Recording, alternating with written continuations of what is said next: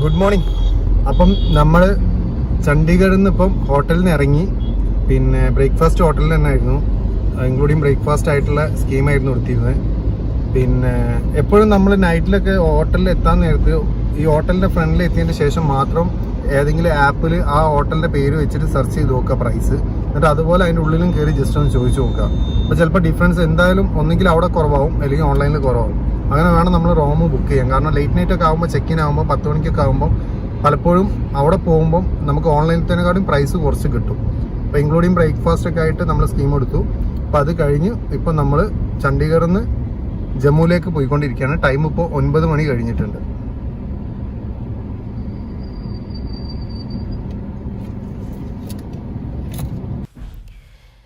Welcome to Chandigarh, the beautiful city.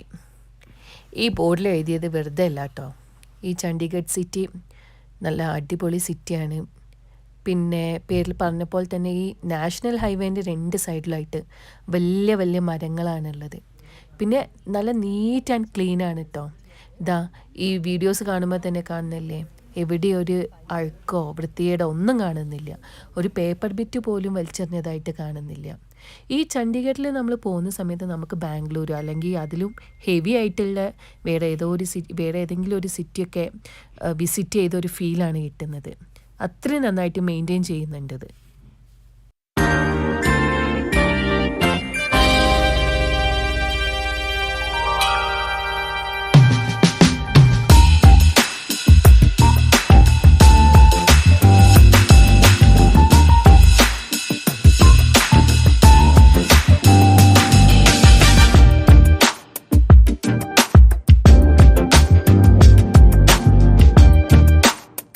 വീണ്ടും ഒരു കർഷക സമരത്തിൻ്റെ ഇടയിലൂടെ. ഇത് പഞ്ചാബിലെ കർഷക സമരമാണ് കേട്ടോ. അപ്പം നമ്മൾ ഇന്ത്യൻ്റെ എവിടെ പോവുകയാണെന്നുണ്ടെങ്കിലും നമുക്ക് ഇതുപോലെ പല ഭാഗത്തായിട്ട് കർഷക സമരങ്ങൾ കാണാൻ സാധിക്കും. എന്തായാലും എത്രയും പെട്ടെന്ന് തന്നെ ഇതൊരു തീരുമാനമാകട്ടെ. നമ്മളെ പഞ്ചാബിലെ ഹൈവേ സൈഡിലുള്ള കരിമ്പിൻ്റെ കൃഷിയാണ് കേട്ടോ അത്. ഇപ്പോൾ ഈ പൂജ ഹോളിഡേയ്സ് ഒക്കെ അടുത്ത് വരുന്നതുകൊണ്ട് ചിലപ്പോൾ നമ്മളെ നാട്ടിലേക്കൊക്കെ ഇവിടുത്തെ ഈ ഫ്രഷ് കരിമ്പായിരിക്കും എത്താൻ സാധ്യത. പിന്നെ ഇവിടെയൊക്കെ എന്ന് വിചാരിച്ചാൽ ഹൈവേന്ന് കുറച്ച് മാറിയിട്ടാണ് ബിൽഡിങ്ങുകളൊക്കെ ഉള്ളത്. അതുകൊണ്ട് തന്നെ റോഡ് വീതി കൂട്ടുക അങ്ങനെയുള്ള എന്ത് ഡെവലപ്മെൻ്റൽ പ്രോസസ്സുകളാണെന്നുണ്ടെങ്കിലും അതൊക്കെ ഇവിടെ ചെയ്യാൻ ഒന്നുകൂടി എളുപ്പമാണ്. പിന്നെ ഈ ഹൈവേ സൈഡിലുള്ള കൃഷി ഉണ്ടല്ലോ, അത് പഞ്ചാബിൻ്റെ മാത്രം പ്രത്യേകതയാണ് കേട്ടോ. വേറെ എവിടെ ഇങ്ങനെ നാഷണൽ ഹൈവേ സൈഡിൽ ഇങ്ങനെ കൃഷിയൊന്നും നമുക്ക് ഇതുവരെ കാണാൻ പറ്റിയിട്ടില്ല.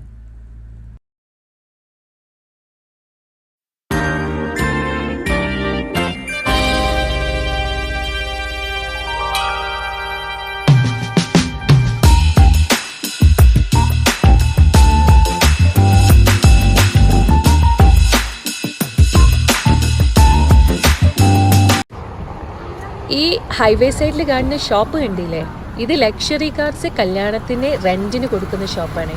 ആ ഫസ്റ്റ് കിടക്കുന്നതാണ് ലിമോസിൻ കാർ. ഇന്ത്യയിൽ എവിടെ കാണാൻ ചാൻസ് ഇല്ലാത്തൊരു കാറാണത്. ഇത് നമ്മളെ പഞ്ചാബിലാണുള്ളത്. ഇത് പഞ്ചാബി സ്പെഷ്യൽ ഗോലി സോഡാണ് കേട്ടോ. ഇത് സോഡയിൽ ഇഞ്ചിയൊക്കെ ഇട്ട് ചെറുതായിട്ട് മധുരം ഇട്ടിട്ട്. പിന്നെ ഈ റോഡിൻ്റെ ഹൈവേൻ്റെ ഒക്കെ സൈഡിലായിട്ടുള്ളതുണ്ടല്ലോ ഫ്രഷ് ആയിരിക്കും. അതുകൊണ്ട് നമുക്ക് വിശ്വസിച്ച് തന്നെ കുടിക്കാൻ പറ്റും. എന്തായാലും സംഭവം നല്ല അടിപൊളിയാണ്.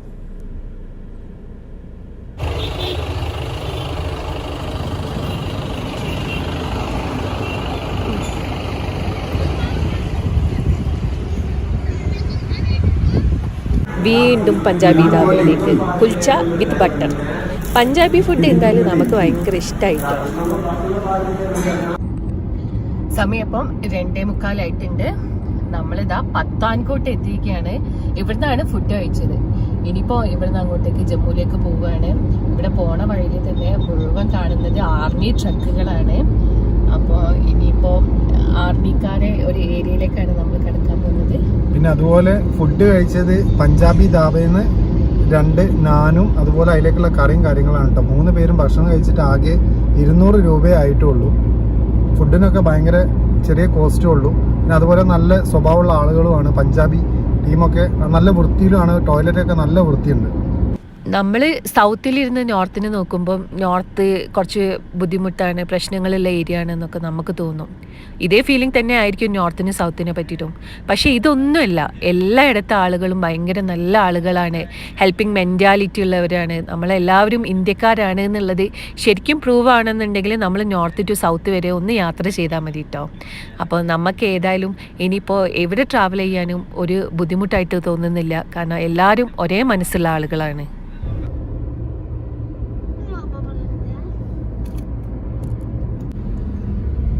അങ്ങനെ ഞങ്ങളിതാ ജമ്മു ആൻഡ് കാശ്മീരിൽ എത്തിയിരിക്കുകയാണ്. പിന്നെ ഇവിടുന്ന് എൻട്രി ചെയ്യുന്ന തന്നെ നമ്മൾ ഡബിൾ ഡോസ് വാക്സിനേഷൻ്റെ സർട്ടിഫിക്കറ്റ് അവർ വാങ്ങി ചെക്ക് ചെയ്ത് ഇനി ഇതാ നമ്മൾ ജമ്മു കാശ്മീരിലേക്ക് എൻട്രി ചെയ്യാണ്.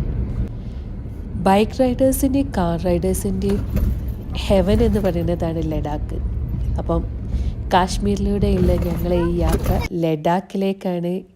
അങ്ങ് കേരളത്തിൽ ഇരുന്നിട്ട് ഞങ്ങൾ 2 വർഷത്തോളമായി സ്വപ്നം കാണുകയാണ് ഇങ്ങനെ ഒരു യാത്ര.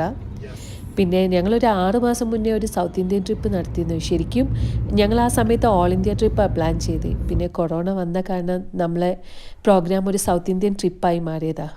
അപ്പോൾ എന്തായാലും ഇത്തവണ നമ്മൾ കൊറോണയുടെ കാര്യങ്ങളൊന്നും നോക്കിയില്ല, നമ്മൾ ഇറങ്ങിയിരിക്കുകയാണ്.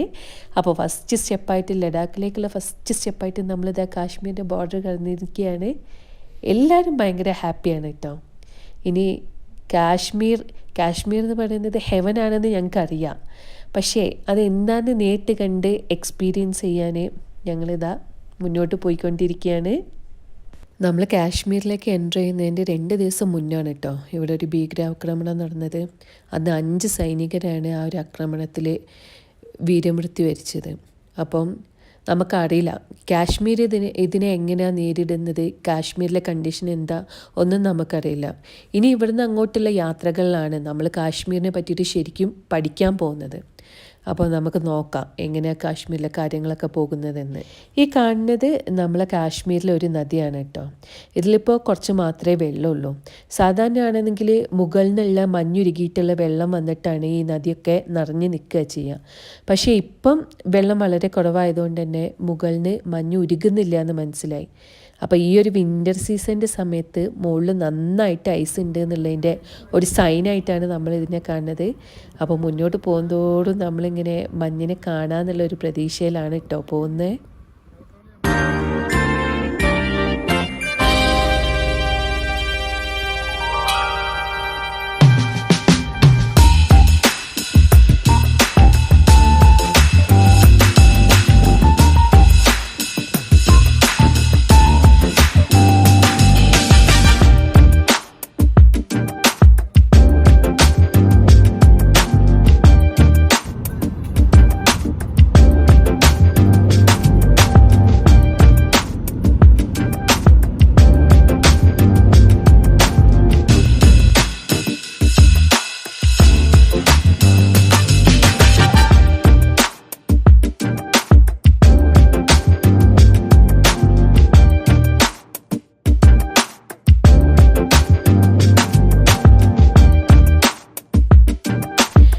നമ്മൾ ഈ വീഡിയോസ് എടുക്കുന്നതിൻ്റെ ഇടയ്ക്ക് ഇപ്പോൾ കണ്ടത് ആർമി ടാങ്കാണ് കേട്ടോ.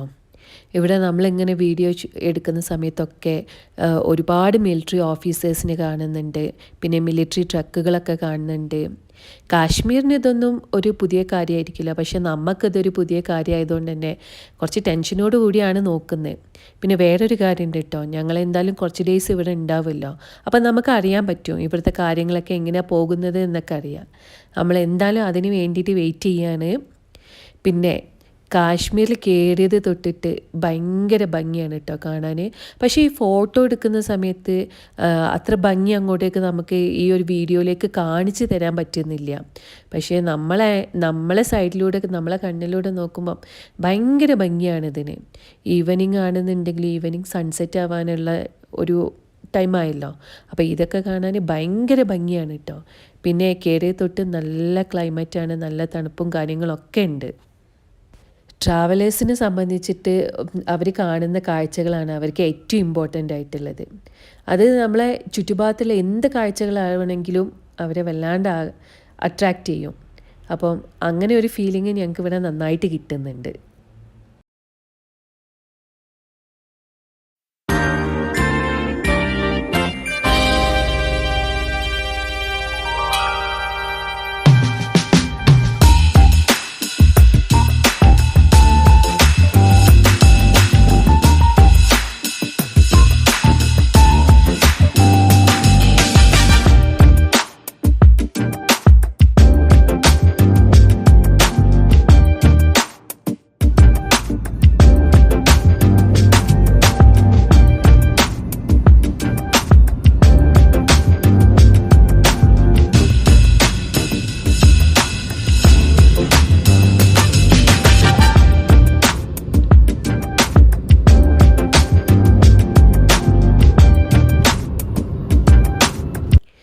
നമ്മളെ EJ ഭയങ്കര എക്സൈറ്റഡ് ആണ് കേട്ടോ.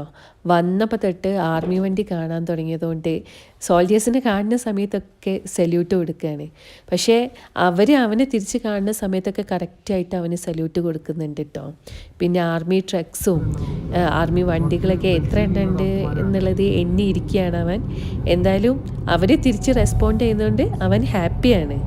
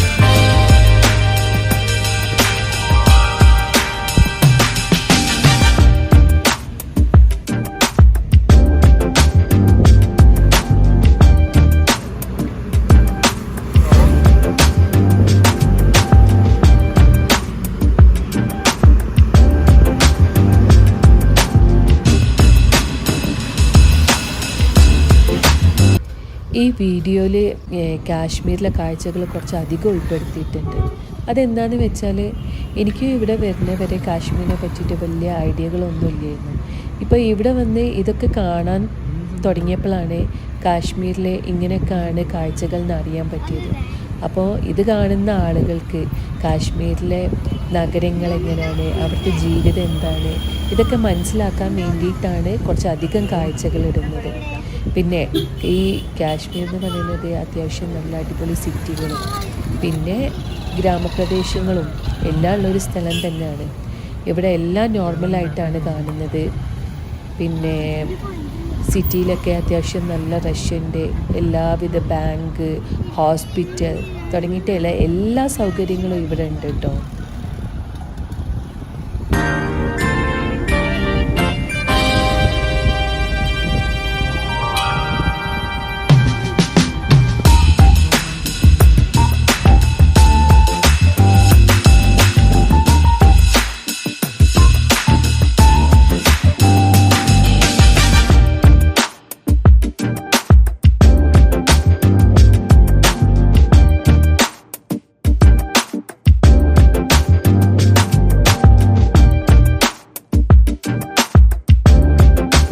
ജമ്മു റെയിൽവേ സ്റ്റേഷനിലെ രാത്രികാലത്തെ തിരക്കാണ് കേട്ടോ ഈ കാണുന്നത്. ആദ്യം ഞങ്ങൾ വിചാരിച്ചു ഇവിടെ എന്താ ഇത്രയും റഷ്, പിന്നാണ് മനസ്സിലായത് റെയിൽവേ സ്റ്റേഷൻ്റെ അടുത്തുള്ള തിരക്കാണെന്ന്. എന്തായാലും ഇവിടെ ഒരുപാട് ആൾക്കാരുണ്ട്. ഈ റെയിൽവേ സ്റ്റേഷൻ്റെ പരിസരത്തായാലും ഞങ്ങൾ നിൽക്കുന്ന ഭാഗത്തൊക്കെയായാലും ഒരുപാട് ആൾക്കാരുണ്ട്. എന്താ പറയുക, നമ്മൾ വിചാരിച്ച് എന്തെങ്കിലും ഇനി ഇഷ്യൂസൊക്കെ ഉണ്ടായിട്ടാണ്, പക്ഷെ അതൊന്നുമല്ല കേട്ടോ. അങ്ങനെ നമ്മൾ ജമ്മുവിലെത്തി. ജമ്മു റെയിൽവേ സ്റ്റേഷൻ്റെ തൊട്ടടുത്തുള്ള ഹോട്ടലിൽ തന്നെയാണ് നമ്മൾ റൂം എടുത്തിരിക്കുന്നത്. അപ്പോൾ ഫുഡ് ഇപ്പം രാത്രി പുറത്തുനിന്ന് പാർസൽ വാങ്ങിയാണ്. കാരണം ഹോട്ടലിൽ നിന്ന് ഒരിക്കലും 3 സ്റ്റാർ ഹോട്ടലിലോ അങ്ങനെ എന്തെങ്കിലും കയറുകയാണെന്നുണ്ടെങ്കിൽ അവിടുന്ന് ഹോട്ടലിലാകുമ്പോൾ കുറച്ച് കോസ്റ്റ് കൂടുതലാവും. അപ്പോൾ പുറത്ത് കിട്ടാണ്ടോ എന്ന് നോക്കുക, ഇല്ലെങ്കിൽ മാത്രം ഹോട്ടലിൽ നിന്ന് എടുക്കുക. ഇതിപ്പം പ്ലെയിൻ താലിയാണ്. റൈസ് ഉണ്ട് ഒരു പോർഷൻ, പിന്നെ വെജിറ്റബിൾസ് ഒരു 2 കറിയുണ്ട്, അതിൻ്റെ കൂടെ ചപ്പാത്തി, ഒരു റൊട്ടി പോലത്തെ സാധനം. ഇത് 2 സെറ്റാണ് വാങ്ങി. 2 സെറ്റും കൂടി 250 രൂപയായിട്ടേ ഉള്ളൂ. അപ്പോൾ ഇനി ബാക്കി വീഡിയോ നാളെ.